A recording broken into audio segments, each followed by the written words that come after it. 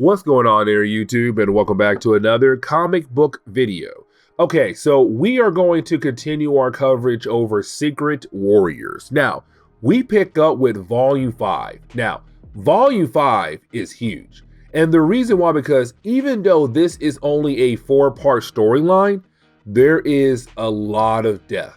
Like, it's an all-out war right now between Hydra, Leviathan, and also the Howling Commandos and Secret Warriors, who are being led by Nick Fury. And so you have a 3-way war, and a lot of people are going to die.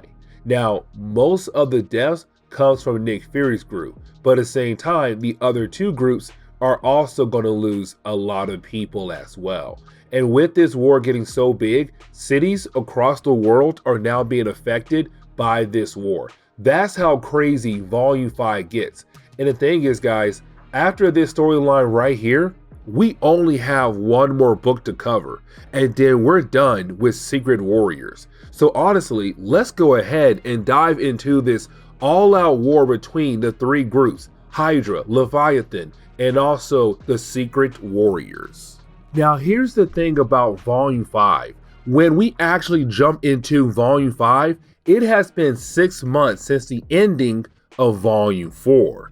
And with that happening, Hydra had to move to a new base, and their new base is actually located in Seattle. Now, this is why I say cities across the world are now being affected by this war between the Howling Commandos, of course, Secret Warriors, fighting against Hydra and also Leviathan. Because with Hydra's base right now being in Seattle, of course, it does get attacked. But the problem is, though, because whoever attacked this base had a hard time actually pinpointing where the base was actually located at, they attacked all of Seattle, just throwing big, huge boulders or whatever kind of missiles at Seattle as a way to blow up the base of Hydra. And so that is why I said you now have cities across the world being affected by this war. Now, that is the moment where we actually pick up with Nick Fury. Now, when we actually do pick up with Nick Fury,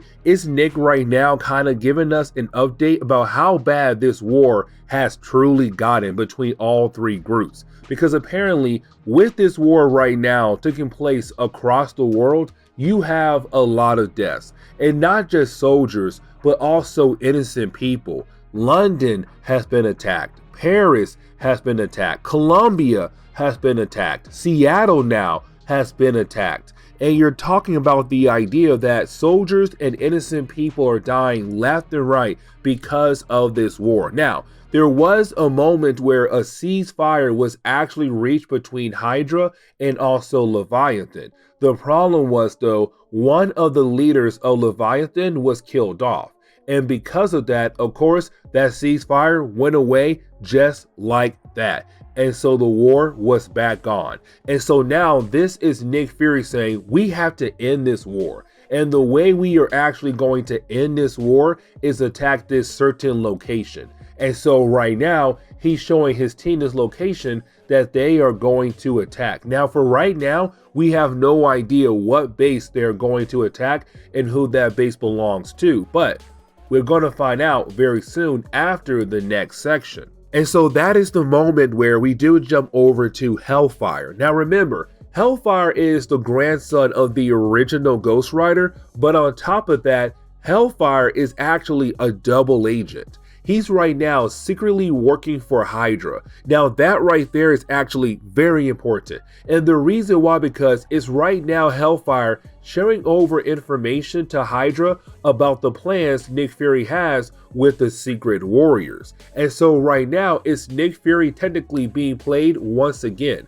And the reason why I'm saying he's being played once again, because let's not forget, the reason why this series kicked off is because Nick Fury found out that the entire time S.H.I.E.L.D. was up, S.H.I.E.L.D. was being controlled secretly by Hydra. And so right now, with him kind of leaving S.H.I.E.L.D. behind and believing that his team, the Secret Warriors, was secure, that no one was a double agent, he has no idea that Hellfire is actually a double agent. And matter of fact, you have Hellfire right now kind of second guessing the idea of betraying his team.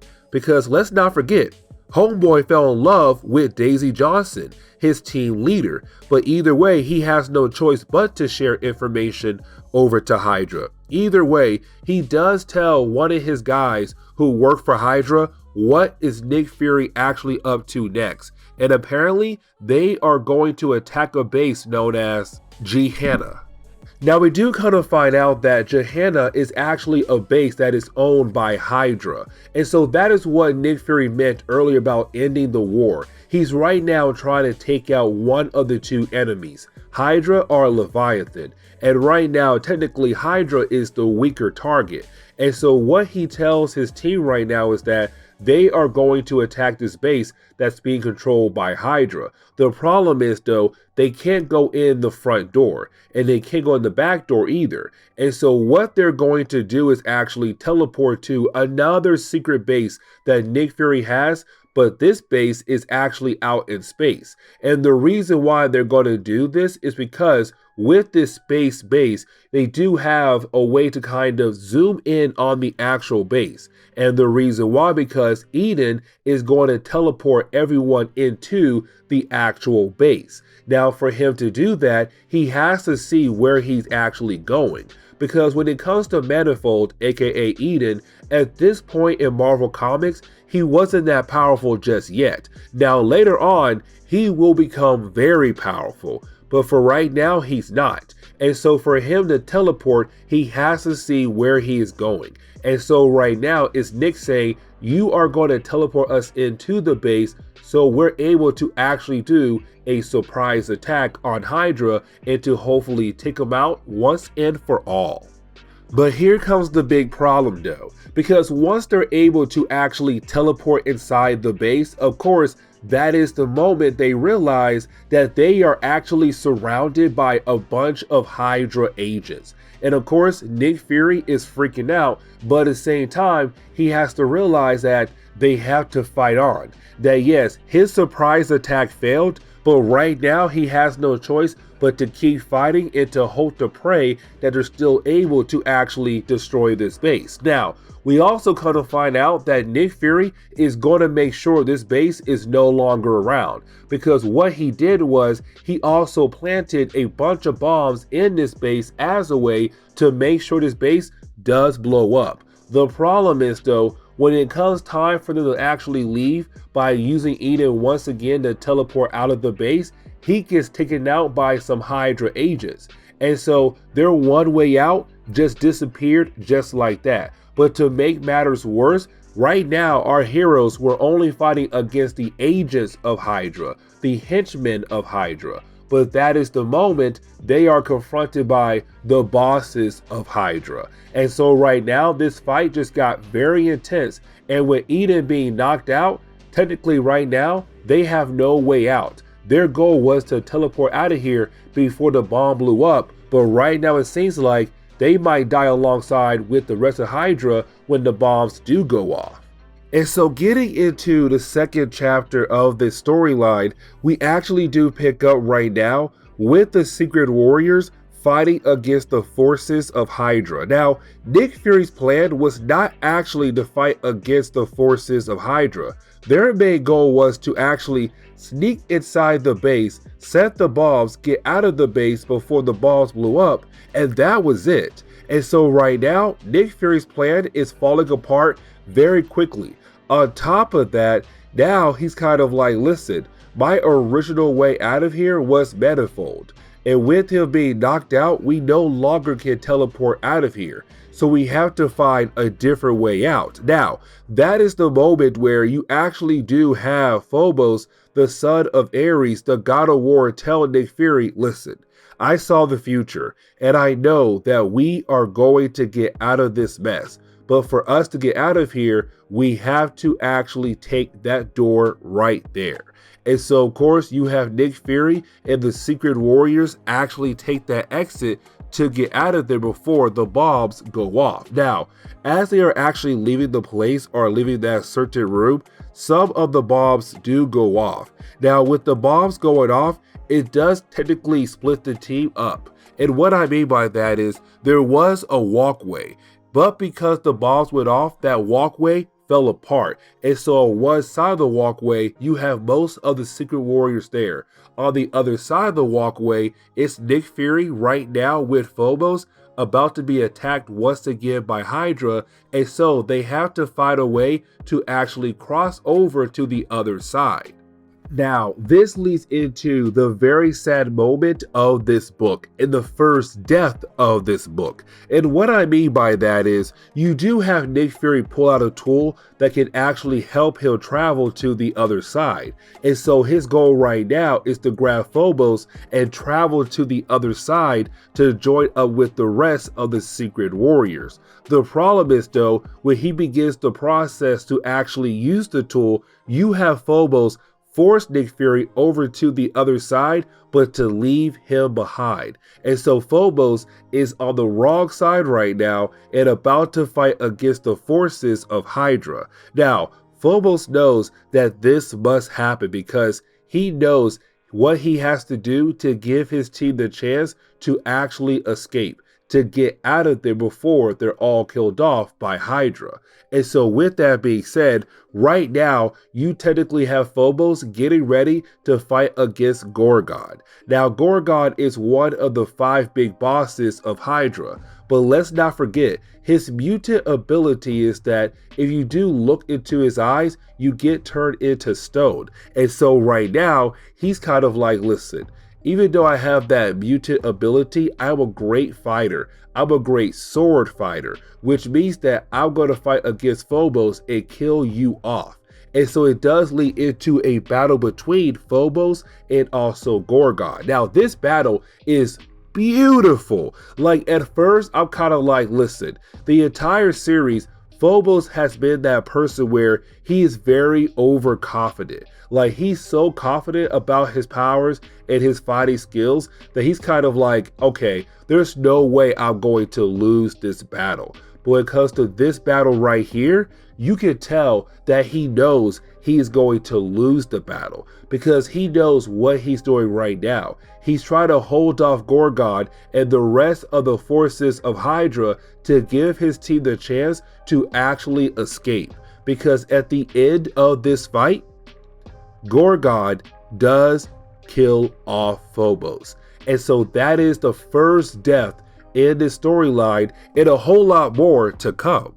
And so getting into the 3rd chapter of this storyline, we actually do pick up right now with the Secret Warriors realizing they lost one of their own. This is a huge moment because they can't believe that Phobos is dead. The youngest member on the team is now gone. But either way, they still have to leave if they want to survive. Now, this is where things get a tad bit crazy or begin to get even crazier because you do have Daisy Johnson just let out all of that anger because she was the field leader of the team. And to see Alex Phobos right now dead, she's just full of rage. And so she does cause an earthquake in the building. Either way, it's Nick saying, we have to leave. We have to keep going because right now, if we stay here, we are going to die. And so you do have the team continue to take the path to hopefully get out of this space. The problem is though, a bunch of Hydra agents just jump right in. And next thing you know, Nick Fury is cut off from the rest of the group. And so right now you have Hellfire say, Daisy, get our team out of here. I'll go back get Nick. But right now we have to hurry, so go. And so you do have Hellfire go back in to help out Nick to fight against the forces of Hydra. Now, honestly, this is a pretty cool battle because it's Nick Fury and Hellfire working together. And let's not forget, in the earlier parts of this series, Hellfire did not like Nick at all. Like at first, he was kind of like, yeah, I'm down to join your Secret Warriors team. But after that, Hellfire kind of hated the idea that Nick was not sharing all the information about different missions to Hellfire and the rest of the group. But on top of that, he kind of felt like he was just a tool to be used by Nick Fury, but not realizing that Nick actually cared for every single person in that group. And so right now, you have Hellfire and Nick working together until another bomb goes off. Now, when this other bomb goes off, Hellfire does fall down because technically the ground underneath them just goes away. And so right now, it's Hellfire hanging on for his life because Nick was able to grab him. Now, Hellfire thinks Nick is going to pull him back up, except that is the moment where we have Nick tell us, the readers, but also Hellfire, that he knows that Hellfire is actually the traitor. Because he said, listen, we were in lockdown earlier when I told you guys what was happening across the world right now with this war between Hydra, Leviathan, and us. But in that lockdown, no one was supposed to leave. But you left. And you met up with that guy earlier. And guys, he did. We saw in the earlier parts of the storyline. Nick was on the outside of the building listening into that conversation. And so because of that, Nick knows that Hellfire is a traitor. And so you have Nick say, listen, I feel like you had no idea how much I cared for you and the rest of the team. You believed I used you like a tool, but in reality, I didn't do that. I was trying to help you guys get better, prepare you guys for the world. But you were a hothead. And let me tell you something else. When I look at Daisy, I look at her as a daughter. And right now, I know you love her, but I have to protect her, but also protect the rest of my team. And so you have Nick let Hellfire go and fall into the abyss of, well, not the abyss, but technically fall to his death. And so we're left to believe that technically right now, Hellfire is dead. And so when Nick is able to actually meet up with the rest of the team right now as they're about to get on a jet to actually escape this hot mess they were in, you have Daisy looking for Hellfire for JT, and you have Nick say, I'm sorry, he's not coming. And so now Daisy has to deal with the idea that now she lost two members, but one of those two was her boyfriend, Hellfire. He is now dead. Now for Daisy, she is very upset. But she has no idea that the guy she loved was actually a traitor. And so Nick must tell her that later on, because right now they have to escape and get away from this place before more bombs actually blow up at the moment. But that is the moment where we do jump over to Kraken and also Baron von Strucker. Now, when we do see the two characters right now getting report that technically Nick Fury and the rest of the Secret Warriors were able to escape. Now, I want to mention real quick, I didn't tell you guys how in the world Nick Fury and the rest of the Secret Warriors were able to escape by finding some random jet, because that actually right there leads into a later point in the storyline where the random jet came from. Either way, you have Baron von Strucker and Kraken, the two bosses of Hydra right now, very upset about the idea that technically Nick Fury and the rest of the Secret Warriors were able to get away. And so that is the moment where you have Kraken actually begin to beat down on Baron von Strucker, because we have to remember, this is not the original Kraken. The original Kraken died a couple years ago.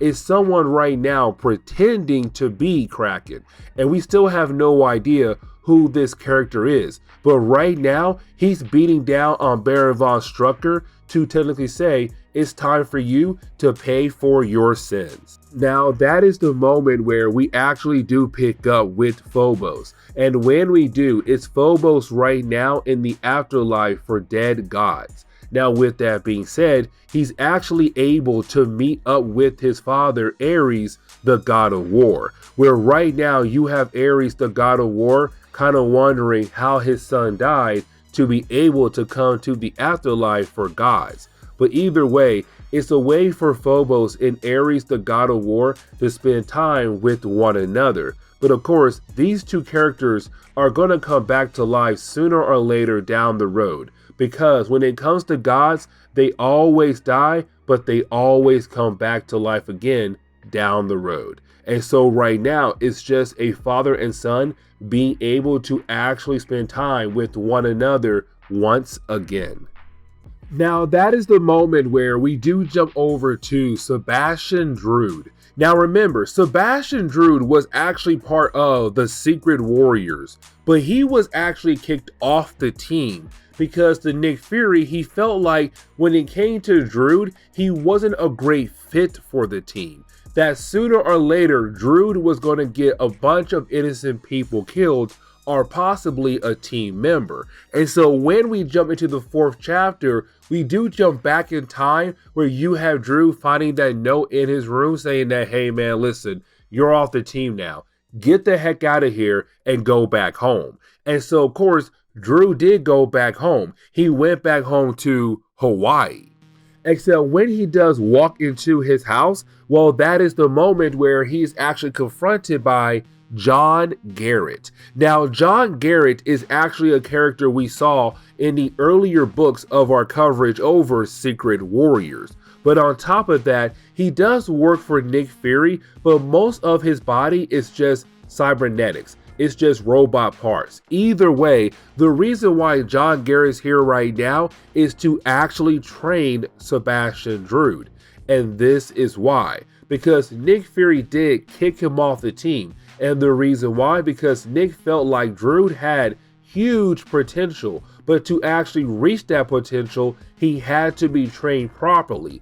And so for the next few months, it's right now Drude being trained by, of course, John Garrett to make him a better magic user, to make him a better Drude. But on top of that, to have him be a better fit for the team now, because now he's being trained by someone who is a great trainer. And so after Sebastian was trained by John Garrett, you did have Sebastian and John go on different missions for Nick Fury. Now, these missions were very crucial, but the very last one we're going to talk about is the one that actually ties back into what Nick Fury told us at the very beginning of this video. Because Nick told us at the very beginning of this video that there was a moment in the 6-month period between Volume 5 and Volume 4 where Hydra and also Leviathan called for a ceasefire. Now that ceasefire did went on to last for a couple weeks until one of the bosses of Leviathan was killed off. Now Leviathan believes that it was actually Hydra, but in reality it wasn't Hydra. It was actually Sebastian and John right now out there setting up Hydra to make it seem like Hydra say, you know what, ignore that ceasefire and continue to attack Leviathan. But in reality, it was Sebastian Shaw and Drude. Now, with that being said, these two characters did a lot of different things, but these two characters are being brought up right now for another reason. And that other reason is what I said earlier. Because remember, the Secret Warriors were able to escape when it came to fighting against Hydra, but they found a random jet. Well, that jet was not found by them. That jet was brought to them by Sebastian and John, because they were the backup plan just in case Nick said, you know what, if Eden cannot teleport us out of here, I need a backup plan. And his backup plan was, of course, Sebastian and also John coming in. Now, the rest of the Secret Warriors can't believe to see him again because, one, he's in better shape, but on top of that, he is a better magic user. And so either way, the Secret Warriors were able to escape thanks to John and also Sebastian coming in with their own jet to get the team out of there. Now, once the team is able to actually get back to their base, well, that is the moment where it does seem like everything is about to end with this storyline, or the team is about to be broken up. And the reason why I'm saying that is because when you do have the team arrive back at the base, you have Nick inform Daisy that the guy she lost, Hellfire, the one who technically fell to his death, well, this is the moment where she comes to find out the man that she was so madly in love with was actually a traitor. And when she finds this out, she can't believe that she got so close to someone who was actually a traitor, someone she actually cared for. Now, that is the moment where you actually have John kind of mention something else to Sebastian in a way of saying that when it comes to this particular team, the Secret Warriors, they're about to get shut down. Because let's not forget, Nick Fury has other teams out there, and all the teams had the same name, Caterpillar teams. Either way, there are 3 of them out there, and Daisy's team, the Secret Warriors, is just one of them. But right now, it's John saying, your team is technically right now off the board. You are no longer a team. I'm sorry, but it seems like you guys are about to go back home and enjoy your regular lives once again. Now, when we get into the final chapter of the storyline, we actually do pick up with Nick Fury right now looking over 2 graves. Now, we have no idea who these 2 graves belong to, but it seems like it is very recent. And so right now, it's Nick Fury kind of upset about the idea that he lost 2 people. Now, it could be Phobos because he did die just in an earlier chapter. But the question is, though, who does the other grave belong to? Because it could be Hellfire as well, but Nick Fury did not like Hellfire because Hellfire was a traitor. And so that is the moment where we do jump back 1 year in the past. Now, when we do, we pick up with Nick Fury right now, meeting up with his son, Mikhail Fury. Now, this is actually very important because we know Mikhail Fury is going to lead in the present day one of the 3 Caterpillar teams out there. And remember, Caterpillar teams are just small teams that Nick Fury have put together to technically do different kind of Black Ops missions around the world. The Secret Warriors that are being led by Daisy Johnson, they're just one Caterpillar team. Either way, we know Mikhail Fury does lead one of those teams. And so this whole chapter right here is telling us how Nick was able to bring in his son, and then you have Mikhail Fury go around the world to find other people to bring into this organization, to his Caterpillar team. Now, I could sit here right now and explain every single character on Mikhail Fury's Caterpillar team, but I'm not going to. And the reason why, because these characters are cool in some kind of way, but they only appear like a handful of time in Marvel Comics down the road after this storyline. And so unfortunately, I'm not going to sit here and be like, okay, so here's this guy and their powers and this girl and this powers. Instead, I'll be like, listen, he went to different locations around the world. He found different people that Nick Fury believed would be a best fit for his Caterpillar team. And then bam, Mikhail Fury had his own team. And now they can begin the process of actually working for Nick Fury. And we already know what their main goal is to do. To help Nick Fury take down Hydra, later on take down Leviathan. Now, once Mikhail was able to recruit all these different characters to his team, they began the process of actually helping Nick Fury fight against Hydra and Leviathan by attacking different bases across the world. Now, with that being said, they were very successful at first, but then you have Mikhail Fury and his team get ambushed at one particular base. And because of that ambush, most of their team was killed off.